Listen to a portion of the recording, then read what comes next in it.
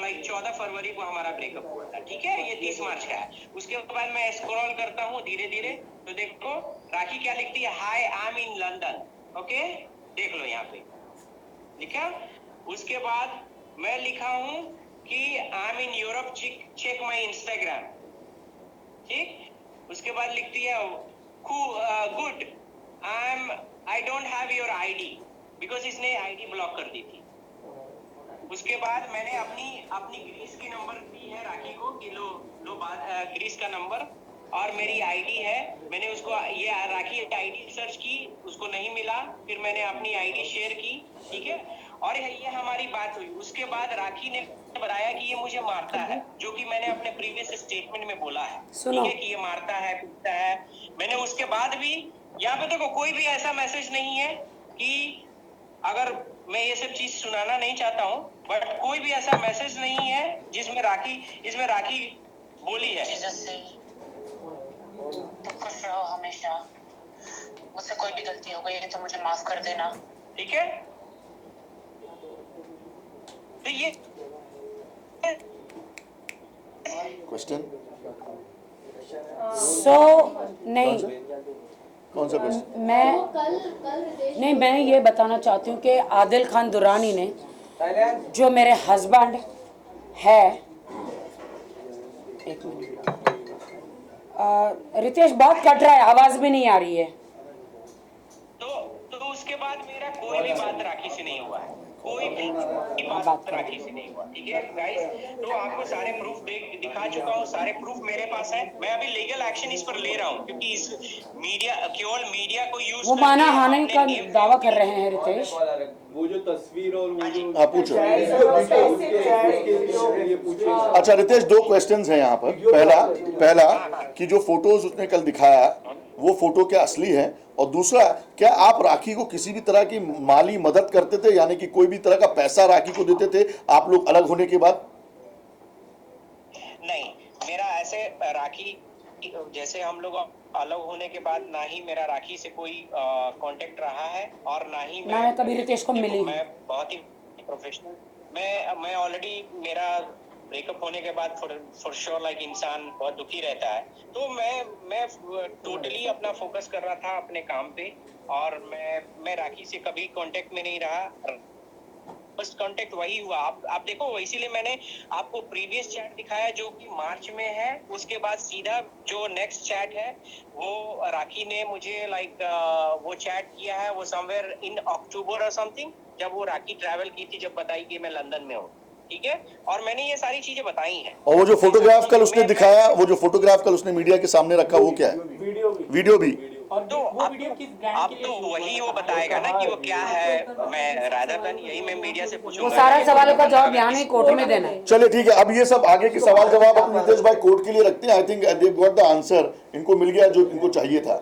रितेश, सारी चीजें हम यहाँ पे करते हैं। आपको हम रितेश का नंबर देते हैं, आप लोग 1-on-1 रितेश से बात कर लो। बस रूम पे बुला के मुझे राखी मारते हैं, दिखा जख्म के पीछे फोटो दिखा, और जो राखी ने जख्म में फोटो दिखाया वो नहीं दिखा, जो उन्होंने आपको मारा वो एक मिनट वो दिखने को नहीं आया, मैंने अभी आपसे दिखा रहा, पहले ही कहा साइलेंस। अच्छा एक एक करके सवाल पूछिए। मैं आपके सवाल का जवाब दे रही हूँ। जिन्होंने पूछा वीडियोस और फोटोग्राफ्स, वो किसने सामने लाए हैं? आदिल ने, ठीक है। आदिल चिल्ला चिल्ला के दिखा रहा है आप लोगों को और पूरी दुनिया को कि वीडियोस है रितेश की शादी के, फोटोग्राफ्स है, मैरिज सर्टिफिकेट है। आदिल को कोर्ट में जाने दीजिए, हम यहाँ पे उस चीज का कोई जवाब नहीं देंगे। शादी हुई थी, नहीं हुई थी, मैरिज सर्टिफिकेट सही है या गलत है, वो कोर्ट में उसका जवाब देंगे। फेक है, जाली है, क्या है? अब मैं आपको बताती हूँ कि मैसूर में आदिल खान दुरानी एक कार 4 बार बेचता है, अलग अलग स्टैंप लगा के। आपको आप मैसूर चलिए, मेरे साथ चलिए, उनके घर में जाएंगे जिसको 1, 2, 3 बार बेची है, जाली पेपर बना के बैंक में लोन लेते हैं, कहाँ से स्टैंप लाते हैं और ये जाली स्टैंप कैसे करते हैं, ये सब कुछ आपको, आप मैसूर आइए, मैसूर के वो अभी 1 साल से यहाँ है, आप मैसूर चलिए, उसके एरिया में चलिए, हमारे जो जितने भी मैसूर में लोग हैं, अब्बास भाई, जाकिर भाई, शैली, राजाराम भाई, मुमताज दीदी, इन सबको आप पूछिए। अब मैं बताती हूँ कि कितना गंदा क्रिमिनल है। हाँ, जिस सवाल उन्होंने बताइए बताया। बताइए। आप बताना चाहेंगे मीडिया बोल रही है, संसार झूठा है, आप सच्चे हैं मानते हैं। अभी तक आपसे जानना चाहेंगे, वीडियो सच बोलता है झूठ नहीं बोलता है, कितनी मैरिज कर चुके हैं? पवन, इतने साल से तुम मीडिया में, तुमको नहीं पता? मैं कुछ सवाल नहीं, इसका जवाब हम आपको कोर्ट में पूछ लेना, कोर्ट में देंगे। लेकिन तुम इतने सीनियर जर्नलिस्ट हो यार, राखी को रोज कवर करते हो। पर्सनल मामला है, मैंने फिर आपसे पूछा था, उन्होंने कांटेक्ट करने की मेरा पर्सनल मामला है। आपको अधिकार ही नहीं है ये बोलने का कि मैं कितने मैरिज कर चुकी हूँ। आप आई कोर्ट थिंक में राखी आइए, ने बार बार बोल दिया है कि उसने एक ही शादी की है। कम ऑन यार, कोर्ट में पूछिए। नहीं मीडिया के सामने पवन हम लोग नहीं कर रहे हैं, शुरुआत वहां से हुई है। शुरुआत कल हुई, मैं यहाँ पे उनके जवाब देने आई हूँ। मीडिया पवन लिसन, राखी आप कह रहे हो पर्सनल है, फिर मीडिया के सामने क्यों सब नाटक चल रहा है? नाटक। ए पवन, माइंड योर वर्ड। तुम सीनियर कली को मैं इज्जत दे रहा हूँ। नाटक वर्ड यूज वापस लो अपना, तुम नाटक वर्ड वापस लो। कल आप लोगों ने वायरल किया है, आप लोगों ने मुझ पर दाग लगाए हैं, नहीं हमने नहीं कहा किसी मीडिया, आपने तुमने दिखाया। जाके नाटक किया उसके साथ।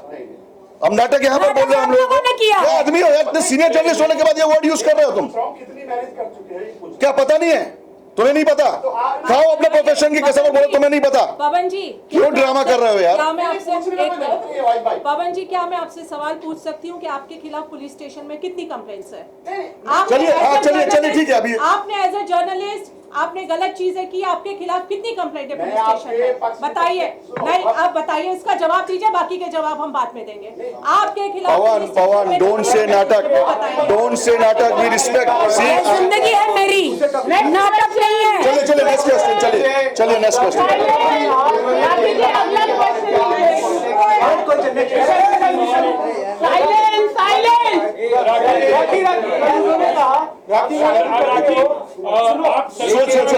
मैं एक जवाब दूं, एक मिनट हाँ। मैं एक जवाब दूं। उन्होंने कभी कहा कि आप शादी करते हो सिर्फ कंट्रोवर्सी के लिए और पैसे हिटने के लिए, उनका ये स्टेटमेंट था। राइट, आपने दीपक कलाल के साथ जो भी आपके बैक हिस्ट्री में पूरा ओपनिंग उन्होंने ये कहा है कि शादी की इसका जवाब मैं देना, आप सवाल दोहराइए वापस से। राखी ने शादी जितनी भी की है वो कंट्रोवर्सी और पैसे हेटने के लिए। उनको बोलिए जितने भी शादी के सर्टिफिकेट्स है, जितने भी शादी के प्रूफ्स है, और जितनों ने राखी से शादी करके जो भी पैसे दिए, उनके सारों के बैंक स्टेटमेंट्स, प्रूफ्स लेके जाके पुलिस स्टेशन में, इंक्लूडिंग दीपक कलाल, कोर्ट में। एक मिनट, ये चीजों का जवाब मैं आपको अभी, मैं एक मिनट राखी, बिल्कुल नहीं बोलूँ। 6 महीने आदिल को जेल काट के हो गए। यस, डे 1 से पुलिस कस्टडी हुई थी उनकी, उसके बाद हमने उसको चैलेंज करके रिवीजन करके वापस से पुलिस कस्टडी दिलवाई, उनके पास बेल एप्लीकेशन फाइल किया था। आपको मैं उनकी बेल एप्लीकेशन की कॉपी दूंगी जो उन्होंने अंधेरी कोर्ट में फाइल की थी। कहीं भी एक बार भी नहीं पिछले 6 महीनों में ना उन्होंने ये सारे आरोप लगाए हैं, ना ये सारी बातें कही है। उन्होंने कल ये कहा कि राखी ने मुझे ड्रग दिया था। क्या ये चीज़ आपने कोर्ट में कही थी? क्या ये चीज़ आपने पुलिस स्टेशन में ऑन रिकॉर्ड कही थी?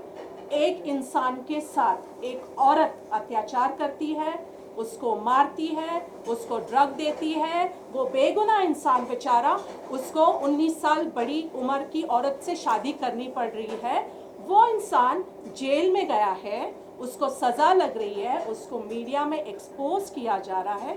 6 महीने चुप बैठ गया था, 6 महीने कहीं भी आवाज़ नहीं। वो प्रेस कॉन्फ्रेंस जो कल ली गई थी, क्यों उस दौरान जब वो पुलिस कस्टडी में था, क्यों उस दौरान उसके वकील ने कोई एप्लीकेशन फाइल नहीं की? क्यों उस दौरान अपने आप को बेगुनाह साबित करने के लिए क्या मीडिया की ज़रूरत है? क्यों पिछले 6 महीने में आदिल ने एक भी लफ्ज़ राखी के खिलाफ नहीं बोला? और पिछले 6 महीने में आदिल ने एक भी एफर्ट नहीं की कि उन्होंने ना पुलिस कंप्लेन की है, ना उन्होंने कोई पिटिशन फाइल की है, ना उन्होंने कोई सूट फाइल किया है। तो आज 6 महीने बाद ऐसा क्या हो गया कि उनको मारना, पीटना, ड्रग्स देना, उनके साथ जो भी अत्याचार हुए, वो बेचारा बेगुनाह इंसान इस औरत के अत्याचारों से इतना त्रस्त था कि आज 6 महीने बाद अचानक से उसको ताकत मिल गई। Why not legal remedy available है आपको? अगर आप एक मर्द भी हो और किसी औरत ने आपके साथ बुरा किया है, आपके साथ जालसाजी की है, तो 6 महीने तक क्यों, अगर जो कल राखी के शादी के सर्टिफिकेट्स और वीडियोस उसने दिखाए, उसने बेल के वक्त क्यों नहीं दिखाए? क्यों कोर्ट में ये नहीं बोला कि मेरे साथ चीटिंग हुई है? क्यों उस वक्त बेल एप्लीकेशन में, क्या उसके हाथ बंधे हुए थे? वो यही कहेगा मेरे पास प्रूफ नहीं था। तो आज जब वो प्रूफ इकट्ठा कर सकता है, इंसान ज्यादा प्रूफ का भी इकट्ठा करता है जब वो जेल के अंदर होता है। उस वक्त उसने यहाँ तक भी नहीं बोला अपनी बेल एप्लीकेशन में कि राखी ऑलरेडी शादीशुदा थी, मेरे से झूठ बोल के या मुझे दबाव डाल के मेरे साथ शादी की। क्यों कोर्ट में आपने नहीं बोला? ज़्यादा मीडिया के सामने बोलना ज़रूरी था, या ज़्यादा आपकी बेल थी, आप जेल के अंदर फंसे हुए थे, वहाँ से निकलने के वक्त ये सारे ड्रामे, ये सारी चीज़ें रखनी चाहिए थी। बाहर आने के बाद ये ड्रामे क्यों? अगर आपके पास पेपर है तो आपने मीडिया नहीं बुलानी चाहिए थी, आपने सीधा कोर्ट का रुख अपनाना चाहिए था। मुझे कुछ कहना है। एक मिनट। पहली बात, 6 महीना जेल में रहकर आए, क्या दुनिया को इतना नहीं पता कि वो जो 6 महीना जेल में रहे वो राखी सावंत के लिए नहीं रहे? राखी सावंत के लिए नहीं रहे, वो उनकी ईरानी गर्लफ्रेंड ने, उन्होंने वहां पे उन पे रेप का केस लगाया है। मेरे लिए नहीं रहे वो, मेरे लिए यहाँ 22 दिन थे, जो मुझे मारा था, मुझे टॉर्चर किया था। मैंने क्या देखा था? मेरे ही घर में दूसरी लड़कियों के साथ सेक्स कर रहे, लड़कों के साथ भी मैंने ये देखा। मुझे मारने की कोशिश की दुबई में, यहाँ पे मैं खामोश नहीं।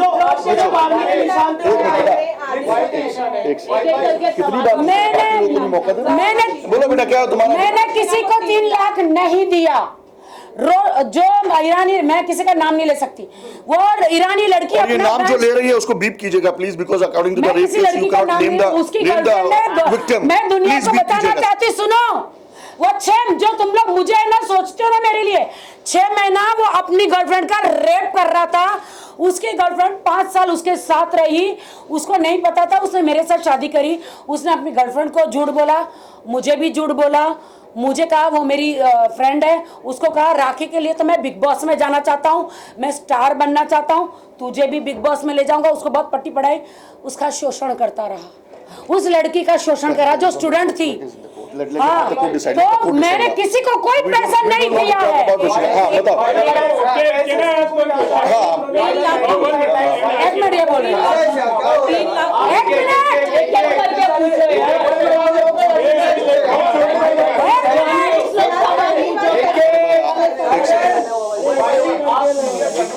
3 लाख रुपए का, 3 लाख एक बार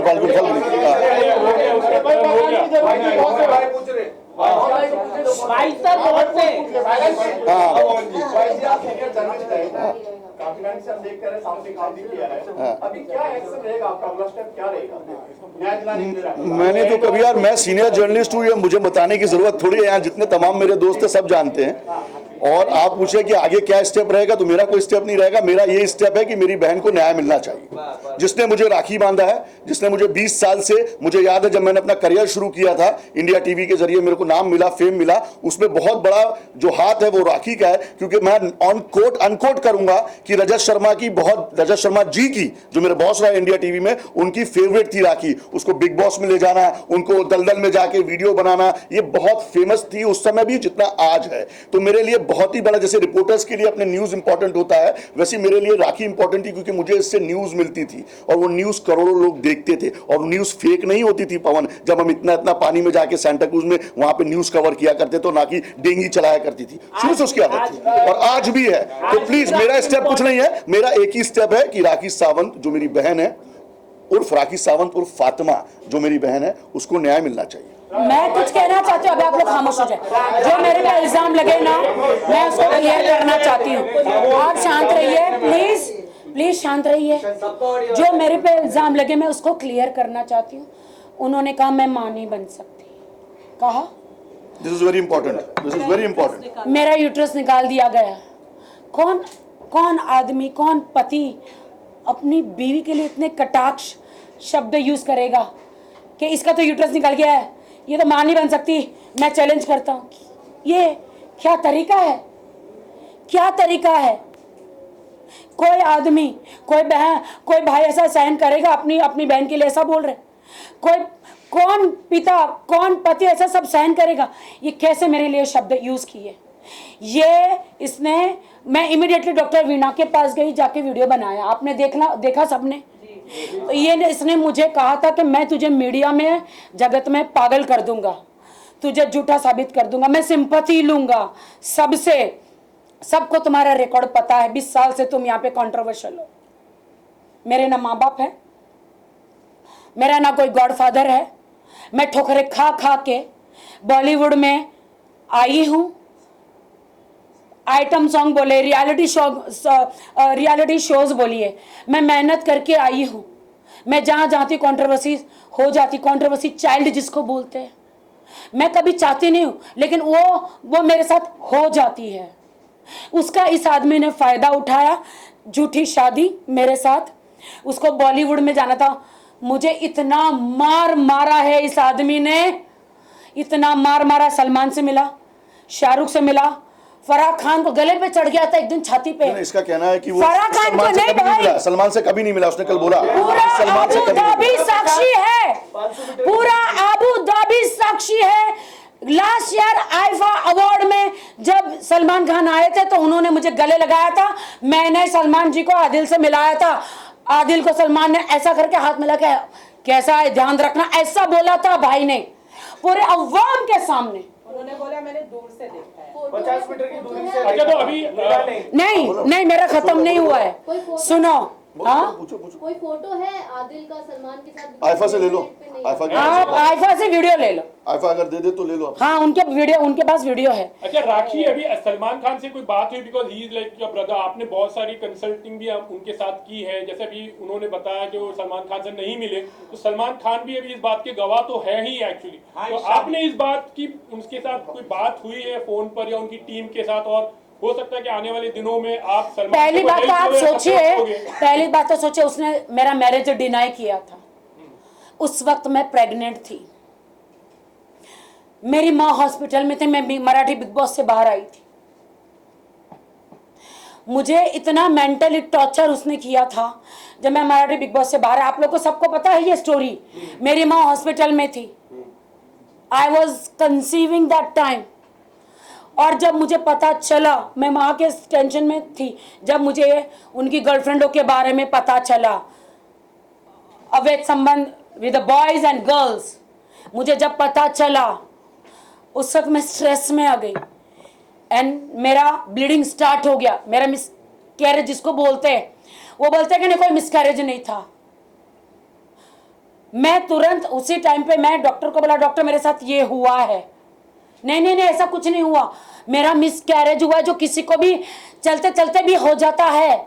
मैं डॉक्टर के पास कोई अबॉर्शन कराने नहीं गई थी, वो पाप है, वो गुनाह है। आदिल के टॉर्चर की वजह से मुझे हुआ था। अभी मासूम बन के आया है, वो ईरानी लड़की ने उसको जेल में 6 महीने डाला, उसका नाम नहीं ले रहा है। और किसी ने जो उसके 8 केस है मैसूर में 420 के 8 कितने केसेस है आपने देखे, मैंने आप लोगों को भेजा है, आप देखिए।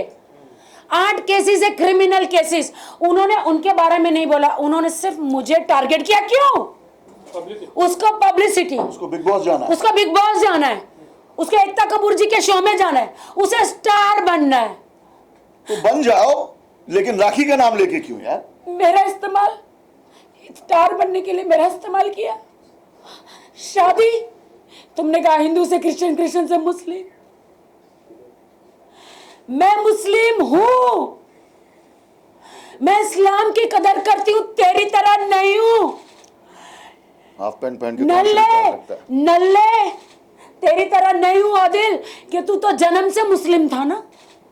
तू मुझे बता सकता था ना, कुरान पे हाथ रख के तू झूठी कसमें खाता था कि मैं तुझे बिजनेस में धोखा नहीं दूंगा। तूने शर्ट पहना, तूने सर पे टोपी नहीं रखी, तू मुझे बता सकता था ना कि कुरान पे हाथ ऐसे नहीं रख सकते। अगर तुमने इस्लाम कबूल किया तो तुम दुपट्टा पहनो। उसने बोला कि आप कुछ खिला दिए थे उसको। बच्चा है क्या? वो सो के उठा था और आप आए और डायरेक्ट हाथ रखवा दिया उन्होंने। तो सो के उठने के बाद क्या आदमी अपने सेंस में नहीं होता है क्या? सो के बाद उठने के बाद एक मिनट बेटा, सो के उठने के बाद क्या वो अपने सेंसेस में नहीं होता है क्या? होता है ना। और जब आप कुरान शरीफ जैसी पाक किताब पे हाथ रख रहे हो तो पहले वजू करना पड़ता है, पाक साफ होना पड़ता है। उसके बाद आपकी जो कपड़े हैं वो लिबास अच्छे दुरुस्त होने चाहिए, सर पे टोपी होनी चाहिए या रुमाल होना चाहिए। क्या उसको नहीं मालूम? मैंने उसे साफ साफ कहा था, उसने कुरान पे उस वक्त हाथ रखा, वो पूरा होशो हवास में था। मैंने कहा तुम्हारे सारे अफेयर के वीडियोस जो मैंने मिस करे जो हुआ ये हर चीज का है। अब मैं फाइनली जा रही हूँ पुलिस स्टेशन, मैंने फाल्गुनी तब मैं जा रही हूँ। तब उसने बोला मुझे एक चांस और दे। मैंने कहा तुम हर वक्त झूठे बोले हो। उसने एक बार कुरान की कसम नहीं खाई है, उसने हमेशा दो वीडियो तो मैंने ही आपको भेज दिए, उसने हमेशा झूठी कसमें खाई और तोड़ी है। अरे तू तो मुसलमान होके तू तो खुद मुसलमान नहीं बना है, कुरान पाक की झूठी कसम खाई है। मैं तेरा पैर पकड़ पकड़ के तुझे कहती थी चल नमाज पढ़। मैं इस्लाम की इज्जत करती हूं, मैं मुस्लिमों की इज्जत करती हूं, लेकिन ऐसे घिनौने कीड़े आदिल जैसे लोगों की वजह से मुस्लिम लोग बदनाम है। ऐसे लोग। चलो पूछो भाई। एक मिनट, आप सबका क्वेश्चन हो गया। एक मिनट इधर से आना, सारा सवाल एनबीटी करेगा क्या? राखी मैडम, इस चैप्टर को आप क्लोज करना चाहेंगी तलाक देकर आदिल को, उससे कहीं ना कहीं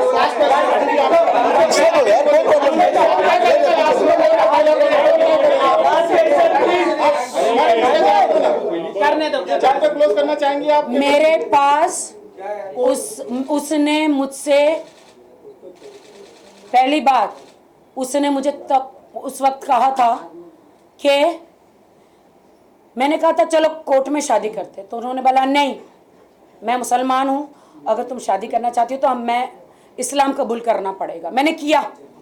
बट उन्होंने कहा आपने कोर्ट मैरिज भी की है और आपको इस्लाम हाँ की है ना, वो तो बाद में कराई ना, क्योंकि मुझे इनकी जो यूके की आंटी है वो मानने को तैयार ही नहीं कि नहीं तुम हमारी बहू नहीं हो।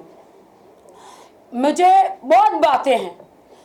आदिल का ये भी कहना है राखी कि आदिल तुमको 8-9 लाख रुपए पर मंथ खर्चे के लिए देता था। मैं पूछ लूं मैं इनका भाई।